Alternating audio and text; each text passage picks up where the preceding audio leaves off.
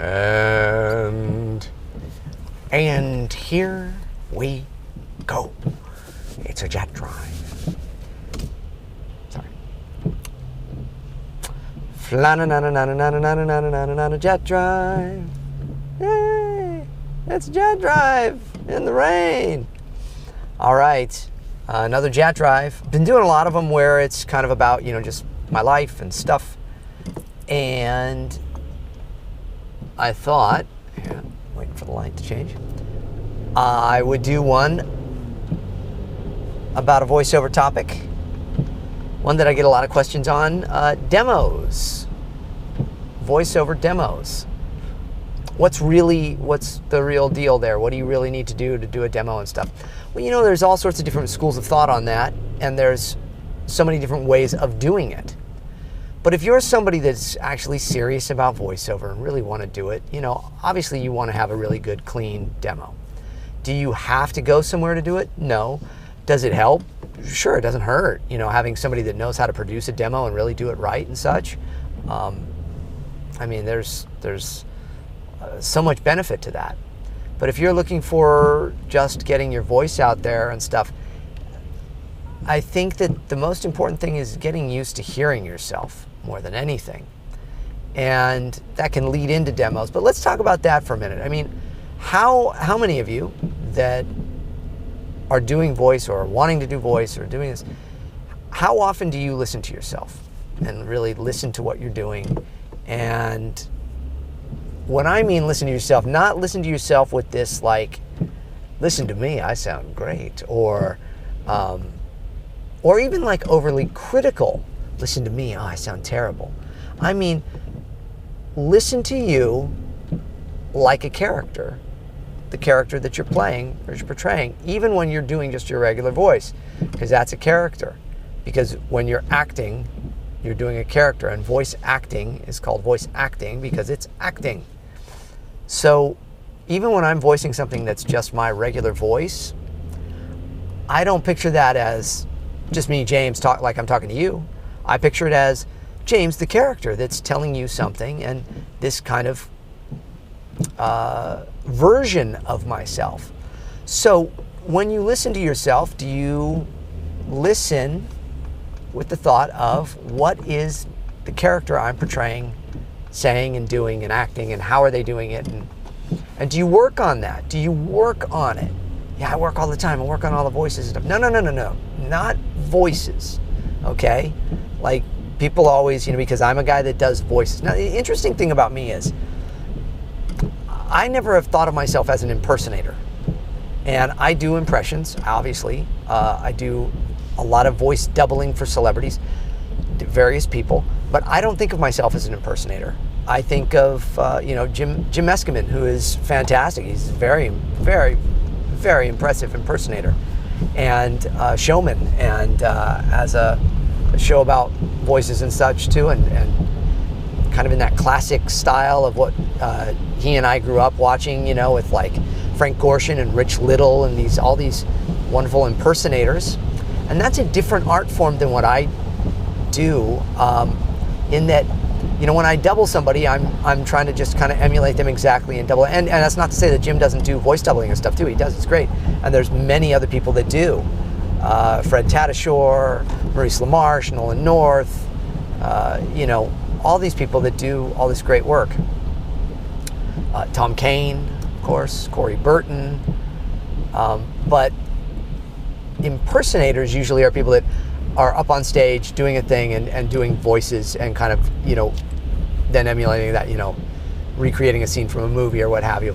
And while I have a stage show that does that, I don't actually really consider myself as somebody that does impressions. Just like the bit I do on my channel here, Similar Voices as I call it, where I go down and show you all the various voices, and if you do this voice and you start with this voice, you get this voice. And it's very funny with that, because some people then find it fascinating and interesting and good, and other people just go, oh, he sucks, he's not doing good voices and stuff. It's not, yes, because I'm doing it so fast, and that's for a live stage show, and it's to give an example at the end of the show of all the things that they've kind of seen and experienced during the show, and what voices are kind of all about.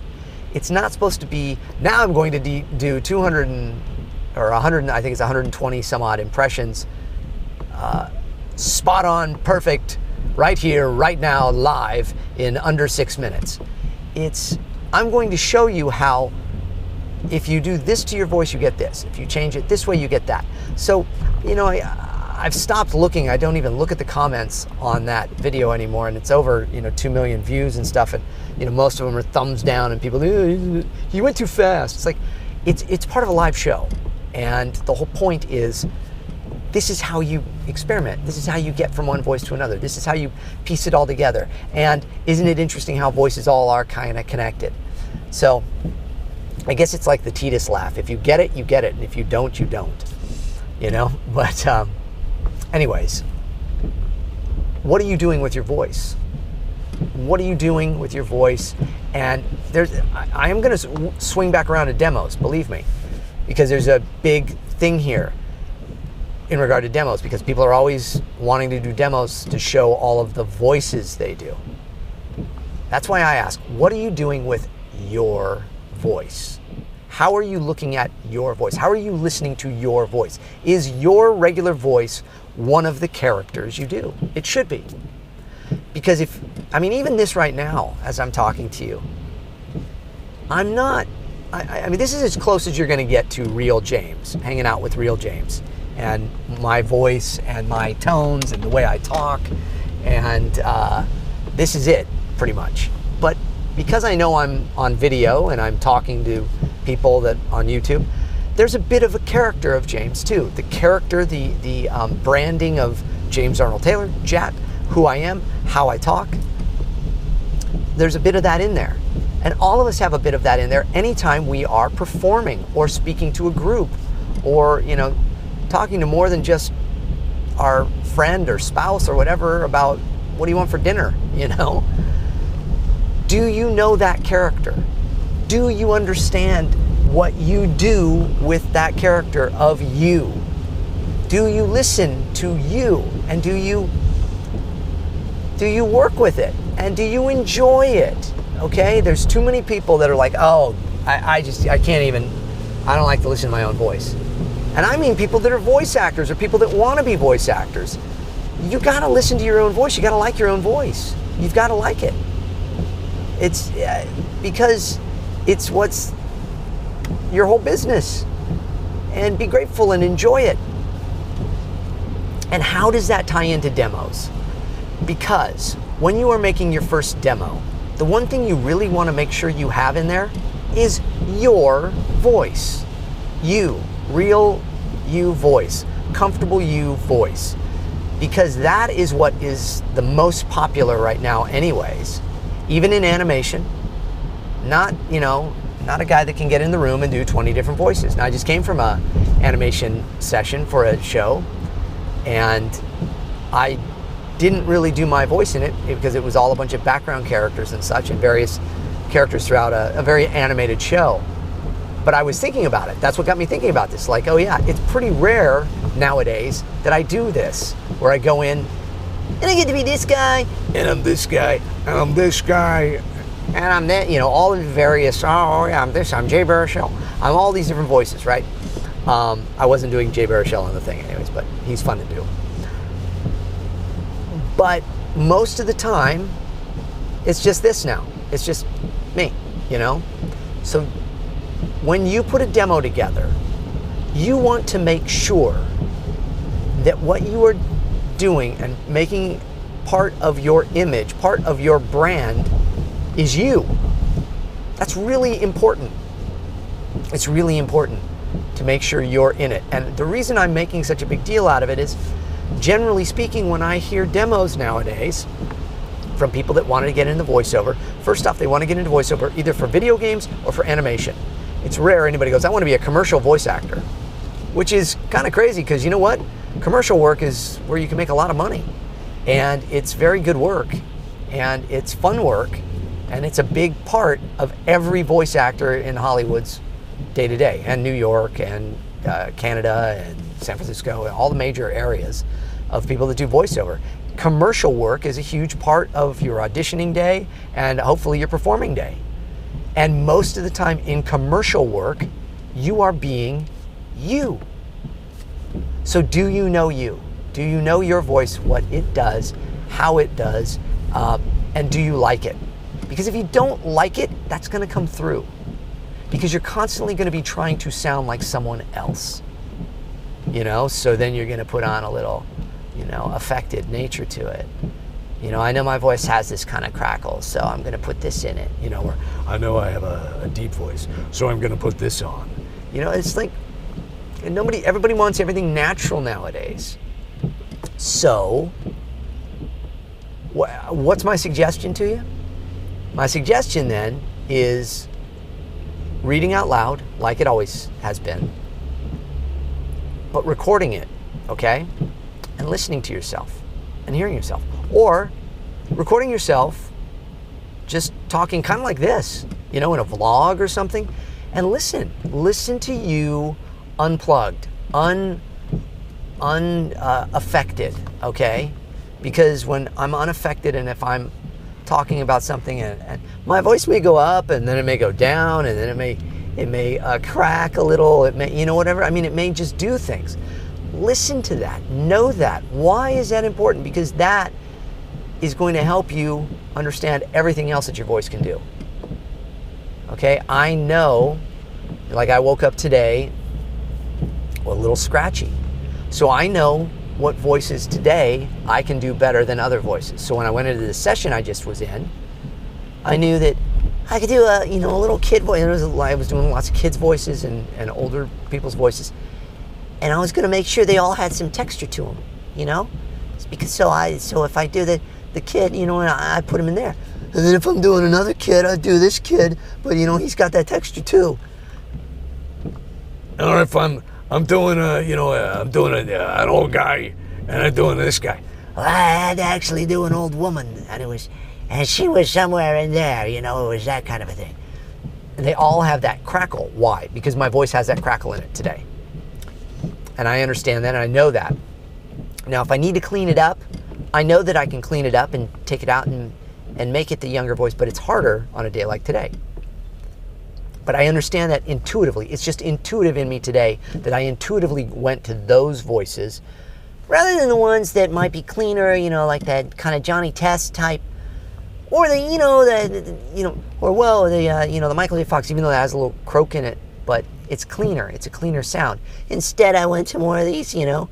I instinctually went to that. Why? Because I understand my own voice. I understand what's comfortable for it, what I want it to do, what I can do with it when I then take it and make it into other voices. I hope this is making sense to you all. It's really hard to explain what it is I do or any other voice actor does. It's hard for us because I've talked to other voice actors about that too. It's like, yeah, I don't know how to teach somebody to do what I do because we just intuitively have done this our whole lives. So you intuitively have done things your whole life. And if you want to be a voice actor or a performer of some type, you've got to study that. You've got to know that. So I listen to myself. I listen to these vlogs. I hear my voice. And then I find things that I like about it. And I don't resonate or stick to, rather, the things that I don't like. I make note of them. So when they happen, I hear them and then I try to correct that if it's something that I feel is really, you know, not good in the voice. But I really try to let my voice just be. And I don't think most people nowadays that want to be voice actors understand or appreciate their own regular voice and what it does. I think everybody's trying to be someone else and sound like someone else and do impressions and do characters and do accents and do this and do that instead of just being them. That's why celebrities work all the time in animation. Why? Because they're not doing another voice, they're doing themselves. They're just being themselves. The problem, I'll tell you, boy, I mean, and I've been working on some movies lately where there's some celebrities doing characters and it's pretty awful. Obviously, I'm not going to say what they are, but it's awful because they don't know what they're doing. And Just be you. They hired you to be you, so just be you. Don't try to put on a cartoon voice. Leave that to the professionals, all right? But the only reason why I can change my voice and do other things, one is, first, it's a gift from God. And two, is because I know my own voice so well, I know how to escape it, too. So like people say, well, what are your favorite voices, or what are the easiest voices? Is it hard to do the ones that are so different from you? No, those are easier. Why? Because they're so far away from me. If I'm doing this guy, I know that you really got to stretch to try and hear James Arnold Taylor's voice in this voice. You know what I'm saying? You don't really, come on, it's not in there. This is not how James talks. So I enjoy it then. I fall into that character. But when I'm me, I fall into the me character. I'm James. And in my head, I picture pictures of these characters, these people. So if I'm doing that Jay Baruchel thing, I picture Jay Baruchel.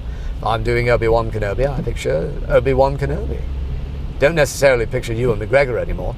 If I pictured Ewan McGregor, I would hear it up a little higher, and I would picture him more in that way. So it's a little different. It's very subtle, but it's different.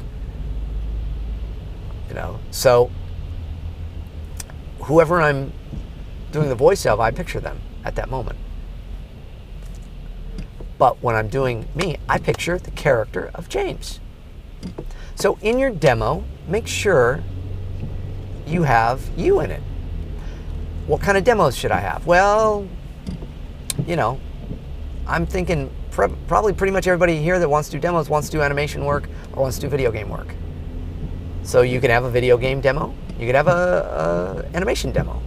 You could have a character, or just call it a character demo if you're wanting to do character voices. There's nothing wrong with doing character voices, believe me. But even in your character voice one, have you in it somewhere. Why? Because that's the voice you should be the most natural at. It is. Unless you're totally weird like me. No, that is the voice I'm the most natural at too. This voice right here. So that's always in there somewhere, in some form or another. Okay. How long should your demo be? 60 seconds. It could be less, but 60 seconds. Why? Because they're not going to listen for days. I know you think you're great. I know you think all of the characters you do. And I'm not just talking to you, I'm talking to me as well. I fight through this, we all fight through this as performers with egos that want to perform and want to show everybody what we can do. So I'm not trying to be a jerk there, I'm being funny. They only need 60 seconds. So, I try to do like 7 seconds of a character or a line, So, what do you fit, like, I don't know, maybe 8 or 10, because you might get some that are shorter than 7 seconds too, just one-liners. Oh, brother, here we go again. That took, 3 seconds. So you just build off of that. For an animation or a video game or a character demo, you have them kind of saying these one-liners, and you can create those yourself. You can write them. You can look at them. Try not to copy anybody or any famous characters. I don't recommend putting, even though you do a great Homer Simpson or Family Guy voices, I wouldn't put them in there. You know why? Because Dan Castaneda and Seth MacFarlane do those voices just fine. When I do doubling of people or what have you or things, and yes, in my 60 voices in 60 seconds demo, those are impressions. And, like there's Homer Simpson in there and stuff. And look, the truth is I have done some things that were in those voices before. But that's pretty rare that you get asked to do those voices. And that's if they're not available and they know it and you're filling in for them type of thing. So, because generally speaking, you don't do voices of people that people are already doing. That's not the voiceover code, so you don't try to get somebody else's gig. If you do, you don't last long. It gets picked up well. So in your demo, if you're doing a character demo, make it original characters. I mean, yes, some of them obviously are going to have the flavor of certain characters and stuff, but if you got like a Bugs Bunny kind of, don't go, what's up, Doc? Put hey, what's going on over here? You know, whatever. I mean, you come up with something else that, you know, you think is like, I don't know, it's a combination of Bugs Bunny and Steve Buscemi, you know, or whatever. It's a character voice in that. You can have then a separate, if you're somebody that really loves doing impressions of people and things and does some really good ones, have a impressions demo then, where you do them and you say who it is, okay? I mean, that's like what my 60 Voices in 60 Seconds demo was that I did. I did that years and years ago, like 20 years ago. And that's what that was. It was to just show, here I am doing a bunch of people that you already know and stuff. But your character one should be, you know, throw in accents in there and all that. Does it need music and sound effects? It doesn't. It's nice when it does, and you know, and you can make it kind of sound like maybe these were real cartoons or games or things that you pulled it from. So if it has production value, that's always nice. And certainly if you pay somebody to do it, you want to make sure they're putting in production value. But if you're just at home with your, you know, your computer and your USB mic and in a good sounding room, okay, not a room with a bunch of echo, you can put pillows up around, you can put a blanket over your head, you can use a walk-in closet, make sure it's dead sounding so there's no echo, and make sure you have a good microphone. If you're doing this on your own and you're putting it all together, and you're doing a character one, make it quick and easy. It's nice to have music and sound effects to change it up. So if you have a program like GarageBand or something, and you can put those in, just make sure the levels are good. The layers, the levels of music and sound effects are not too loud, or they're not too soft. They're just that right mix that blend in with the voice. Don't, in any demos, don't pitch your voice up or down electronically. Why? Because that's not an accurate depiction of what you're doing. I mean, nowadays it's a little looser on that, in that, you know, like Transformers and stuff. They know they're going to take that voice and they're going to pitch it down, and they're going to electronically alter it, put some sound effects on it and stuff. So, you know, I mean, yeah, you can, if you're doing something that's like a robot or whatever, you could put a little reverb and, you know, make it kind of charactery in that and stuff. Sure, why not? But try to avoid doing big characters that have been pitched down and or up or something, because that's the only way you can really get that voice. That's not recommended. What else about a character demo? Again, short, quick, simple. You can put your name at the beginning of it, James Arnold Taylor, and then you go right into it. You know, it can tell a story. You know, it can kind of be a story. If you're creative and you're a writer and you want to come up with a story, people have done ones of, like, you know, getting on an elevator with all these various characters, and each character, hey, what floor, you know, and push 4, you know, and they tell a story. You can do something like that.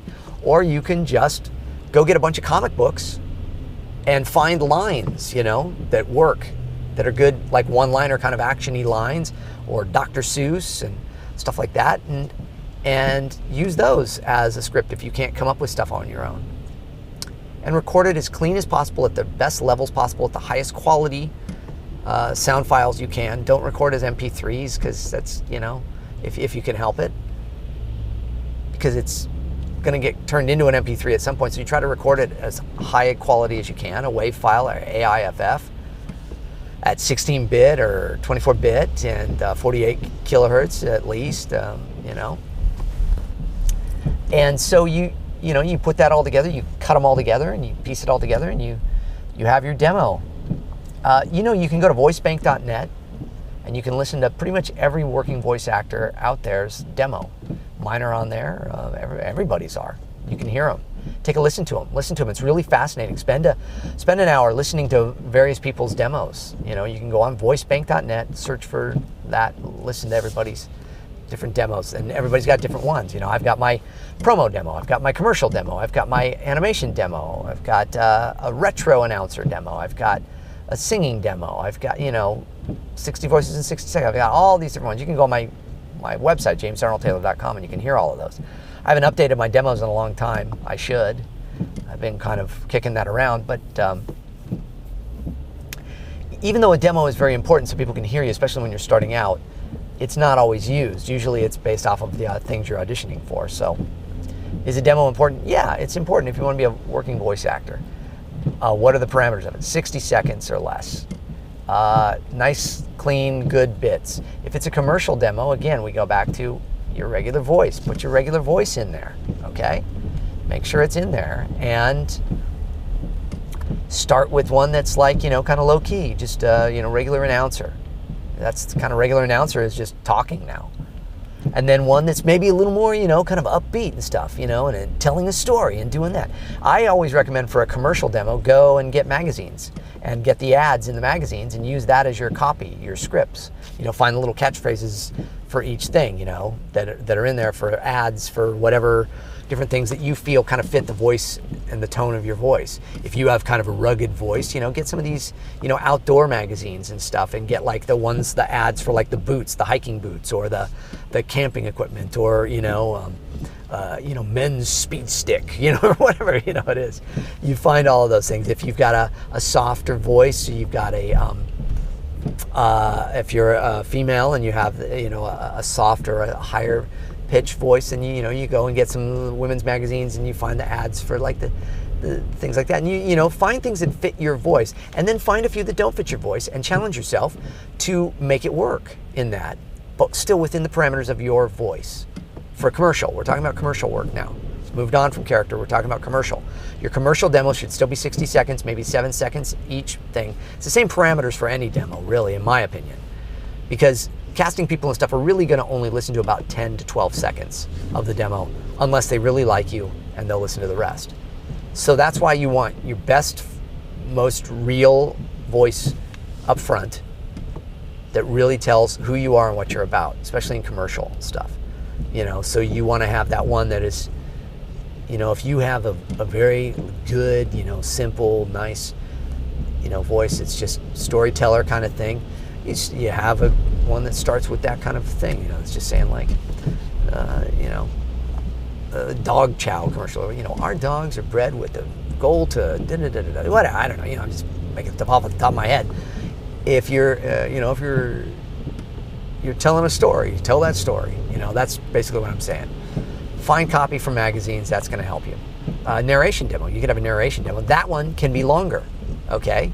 If you have a narration, if you do a lot of books on tape or narrating things, it can be longer, because you kind of need to show them you can do this and maintain these characters and maintain the ability to read. What do you get for that? I don't know. Get stuff you like to read, and just actually pick excerpts that you think are exciting or good or fun, or capture your voice or capture the vibe that you're trying to tell, and you just pick little segments.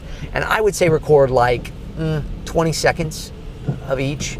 Something that is, just straight ahead, then something that is a little more excited, then something that's maybe a little more serious. And, then you've got 60, 90 seconds, 2 minutes at the most on a demo like that. That doesn't necessarily need music and sound effects under it, because if it's for narration and, that kind of stuff, that doesn't always have that. I mean, it could be narration for a TV show and stuff, but even still, I think that's fine if it's just clean, straight, nice, clean vocal. Sounding good, good levels, not distorting, not echoey, all of that. And again, I can do that right now in this car with my Apogee mic, which I have in here, and my iPhone. In fact, today, before I went to the session I just did, I had to sit in my back seat with my jackets, extra jackets in the car. I always keep some extra jackets in the car, wrapped around my head, reading promos for Fox. Coming up next, The Simpsons. Because I came in last minute and they needed it before 5 o'clock today, and I had sessions booked. So I was in here in a parking structure at Nickelodeon, hoping it wouldn't be too loud, with my Apogee mic, which is a beautiful $250, $300 microphone that sounds great, plugs directly into my iPhone or my iPad. I used Twisted Wave, recorded it, sent it out. You can record everything for your demos that same way if you have a good, clean sounding, microphone and everything, and and a not echoey sounding space. You can use your car if you have to. If you don't have a walk-in closet or a good quiet space in your house, but you have a car and you have a garage and it's quiet and there's not a lot of noise.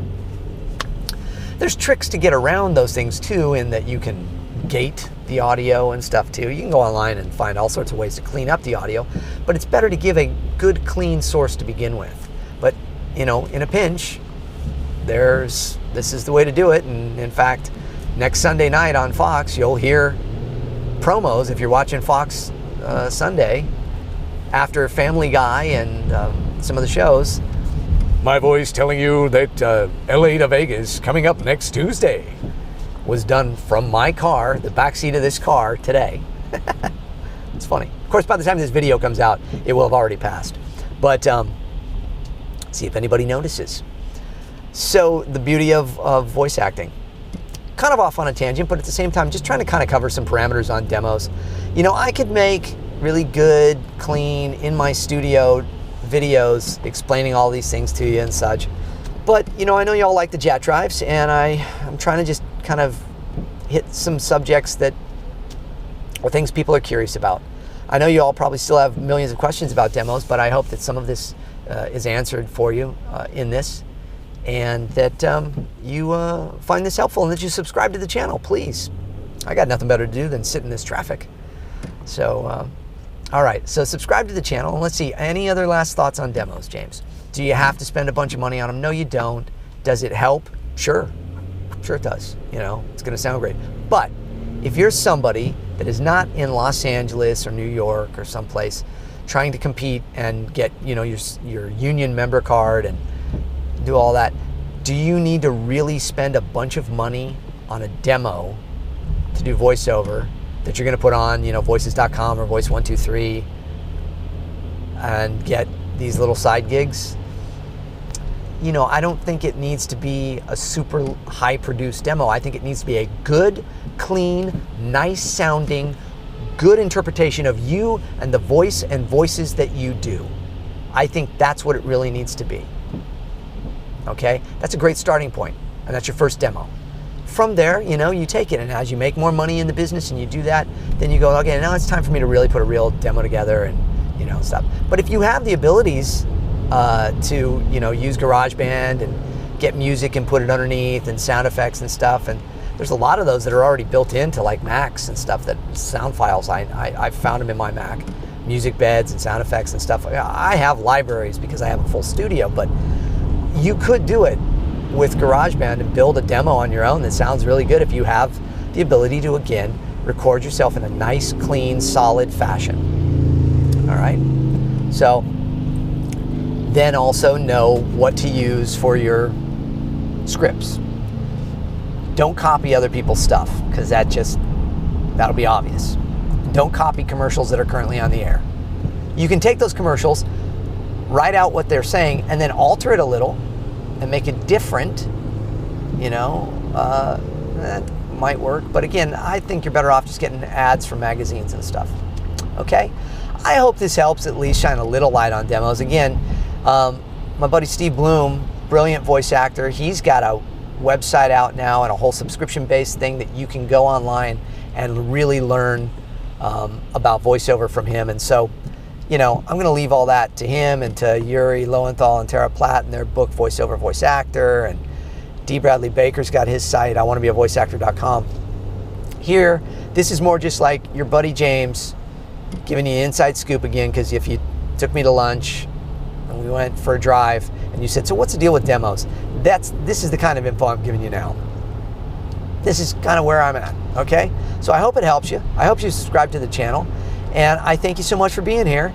God bless you. Have a wonderful day, night, whatever. See ya.